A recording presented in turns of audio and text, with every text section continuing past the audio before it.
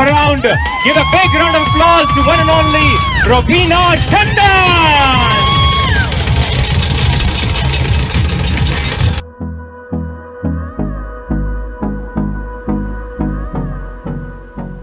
Hello and welcome back to the AdaPtor. I'm Avani and I'm so glad you made it back. From the videos you've seen, you probably saw that I got to see Raveena Tandon over the weekend. And for those of you who don't know who she is, she's actually this really famous and popular superstar actress in India. And the reason I was so happy about this is because I used my networking skills to get into the event. First of all, I just went in thinking that, okay, I don't have a ticket, let's see how this goes.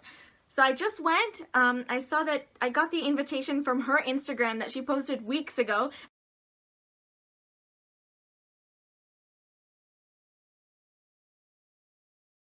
And I was like, if she's coming, I am going. The worst thing that happens is I don't see her, I just see some jewelry, or I don't get in. The best thing that happens is I get to share the same space as her. So that's what ended up happening. I networked and I used these tricks and they work.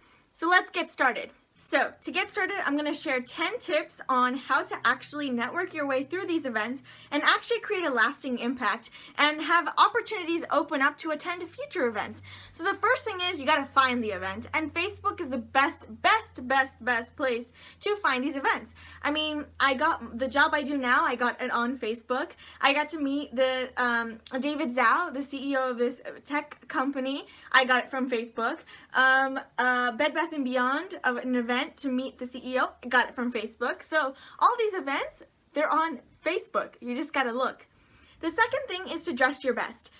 Well, this is one time where you do need to look strong, you do need to look confident, and you do need to look your best.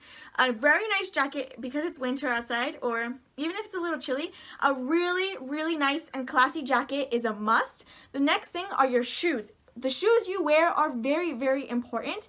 If they look kind of scuffed and a little dirty, it leaves off a very negative impression. And the most important thing is a nice watch. I am not wearing one, but imagine a really nice watch to go. It doesn't have to be really expensive, but it could be simple and classy. Classy is what you're trying to go for. The third tip is when you get there, whether you're there on time, early, or late, doesn't matter. When you get there, to drive around and circle around the place, just so you know that you know where the entrance is, you know where people are entering, and you kind of get the layout and the feel of the place. So sometimes you'll see people standing outside on the railway and stuff, or you'll see people here and there, and it just gives you a sense of the place. The fourth thing is, as you're walking there, park a little far so that while you're walking there, you get to compose yourself.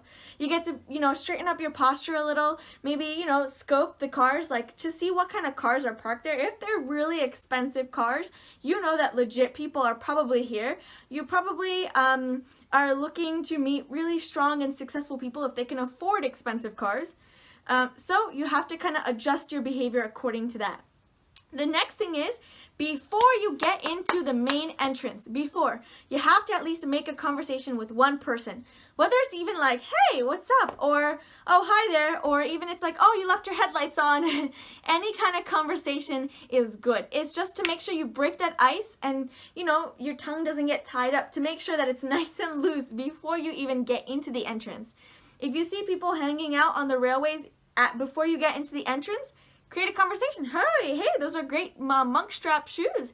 Hey, that's a great tie you got there. Oh, is there a story behind that handcuff? Really try to create a conversation so it helps you to enunciate your words better. It gets the ice and juice moving.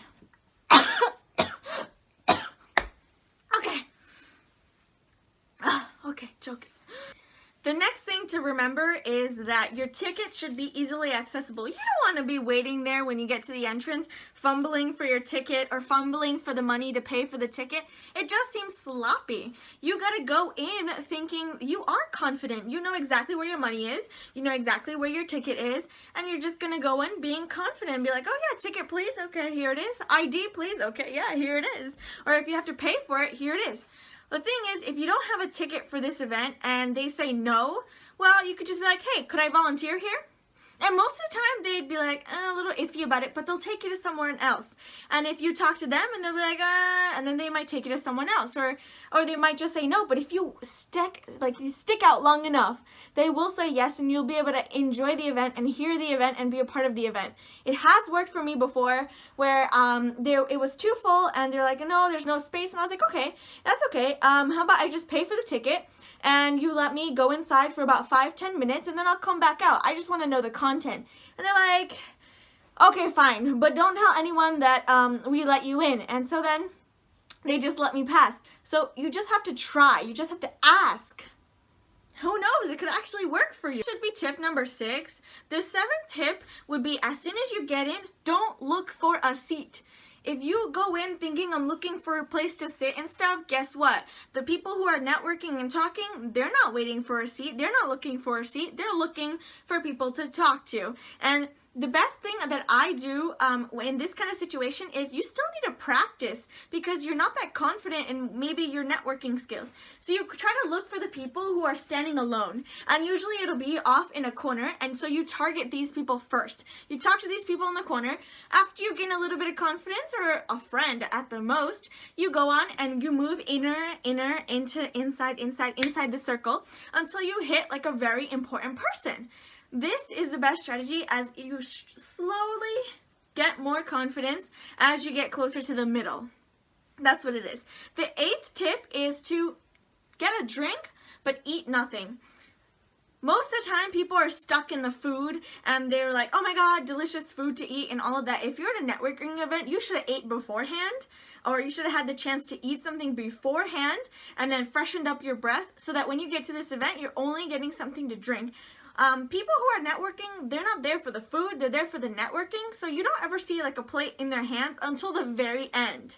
So that's why make sure you've eaten before you get there, and so you just have a drink in your hand, water, soda, juice, whatever it is, to eat alcohol if you want, if they're serving, whatever it is, something that you could just hold around and walk and maybe feel less awkward with one hand.